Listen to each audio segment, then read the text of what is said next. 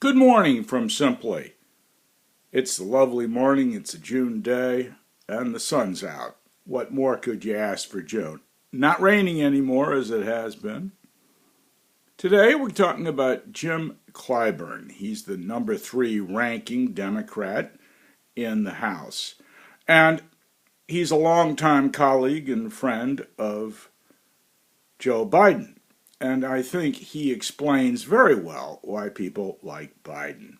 There was an interview about his fish fry in South Carolina where the folks get together, about 200 of them, and they're campaign workers in the Democratic Party of various types that do work like, get out the vote and call people and all that. And it's kind of a family and friendly thing where people get together and they talk. Well, they're going to be invaded this weekend by the candidates who are going to become the Democrat group that's trying to run for president. And what's interesting about it is when he's asked, Clyburn has wonderful things to say, very insightful and subtle, and missed when he was asked about why he likes Joe Biden and questions like why don't Kamala Harris and Cory Booker go over in South Carolina. He can't really say it's because, well, aside from being black, they're not really like us down here, and we don't see them as having policy or other advantages, and they certainly aren't a very friendly group. And of course, the Southern people have a way of not liking finger pointing and yelling and all that sort of thing. Even if they think the people are right, they hope for a subtler thing. So Jim, if I may call him that, steps aside and answers these questions. And basically what he says is that, well, Joe Biden's a long-term colleague of ours, and we've worked with Joe for a long time. And, of course, down here he's done eulogies for various Democrats, but also for Republicans. That was the insight. Joe's a guy that reached across the aisle because he basically likes people. Now, Bill Clinton was like that. Same kind of person. They like people, and if they were running, they just love to come down to this fish fry and have a get-together with people. So that's what he was saying, and the subtle point was, well, with Martin Luther King, the idea was for black people to be people first and of a color second, not to be taken for the color. Of course, they could acknowledge it and praise it like Irish Americans or black or African Americans, but it should not be a defining moment. And you see that with Indians who don't like to be pigeonholed as of color. Many don't, and why would they? And they want to be people. That doesn't mean they want to be ignored as India people, but it means that they want to be first people. Clyburn shows why GOP members and GOP people and Trumpers could find Joe Biden pleasant if he had to win. He had to have a Democrat. Why is that? Well, he's not pointing fingers and yelling at you. That's kind of good. And he has a long history of doing that.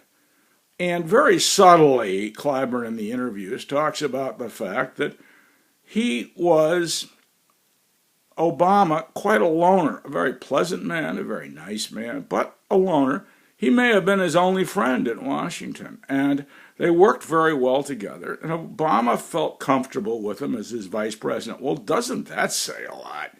I mean, Obama had 2 terms. He was well thought of as a person, even if people didn't always agree with his policies. They liked his family and what he did. Joe Biden's just like that. Now, I'm not saying he's the right policy guy, and I'm not saying I'd vote for him, but let me tell you, if I had to have somebody to be the president that didn't agree with me, I know Joe would listen to people that had my point of view. Well, isn't that a lot? I think he gives great credit to the party. And it's a wonderful thing about this fish fry. They're all going down there to talk to these 200 people. Well, they should be listening to these 200 people. And they should be listening to what it is they like about Joe Biden. And of course, 60% of Democrats in South Carolina are black. Well, why shouldn't they vote for a white man?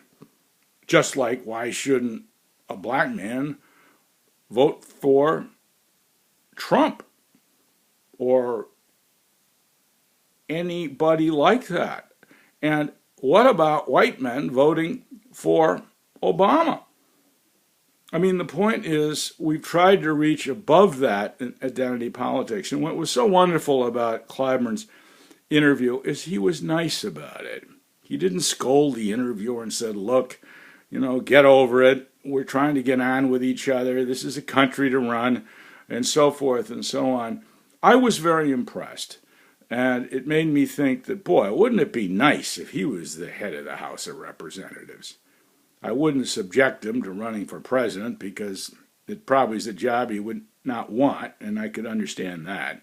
But he is the kind of person you listen to on any subject, just like Joe Biden. Now, I'm not saying Biden's the right candidate, but I am saying he's a nice man. He would talk to people. And there was a wonderful picture that said it all. If you remember, those of you old enough to remember, there was a picture of Dukakis in a tank that was totally ridiculous. He was sitting there with a tie and a coat and a smirk and a cap in a tank. It was absurd. Well, there was a similar picture the other day about going down to Clyburn. There was Warren and Bernie, and they were sitting on window seats, one behind the other. Now, you can't imagine someone like Clinton or Biden or Trump or Bush doing that. They wouldn't do that. They'd sit with each other. They'd talk, and they look cold and harsh and all that.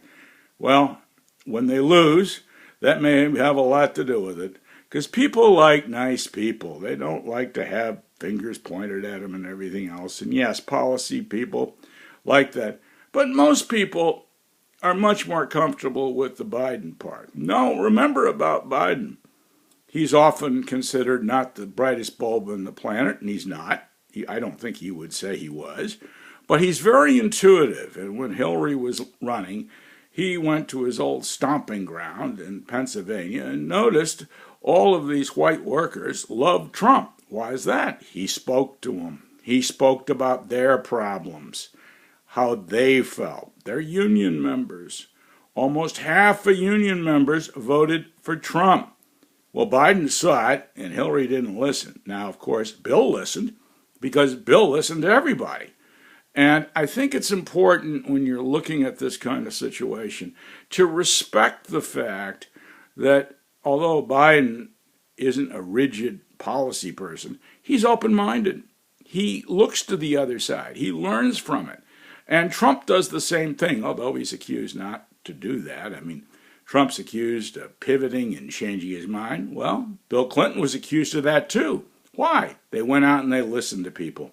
And I'll finish with this quote from Socrates.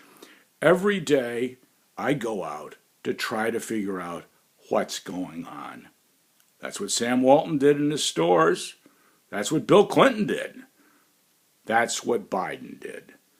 So, and yes, the hated Trump.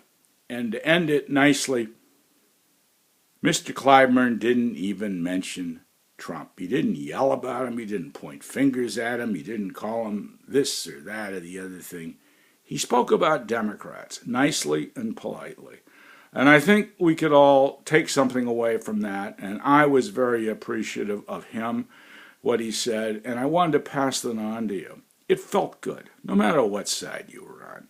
A nice man with a heart and convictions. It isn't that he doesn't have convictions, but he doesn't point fingers and yell at you, because as a congressional legislator, he knows you're not going to get somebody's vote by yelling at him. It's pretty simple. Anyway, thank you from Simply. I hope you will think about this and give Biden and Clyburn and those kind of people the respect I think they deserve. Doesn't mean you should vote for them, but it does mean we should respect it. Thank you.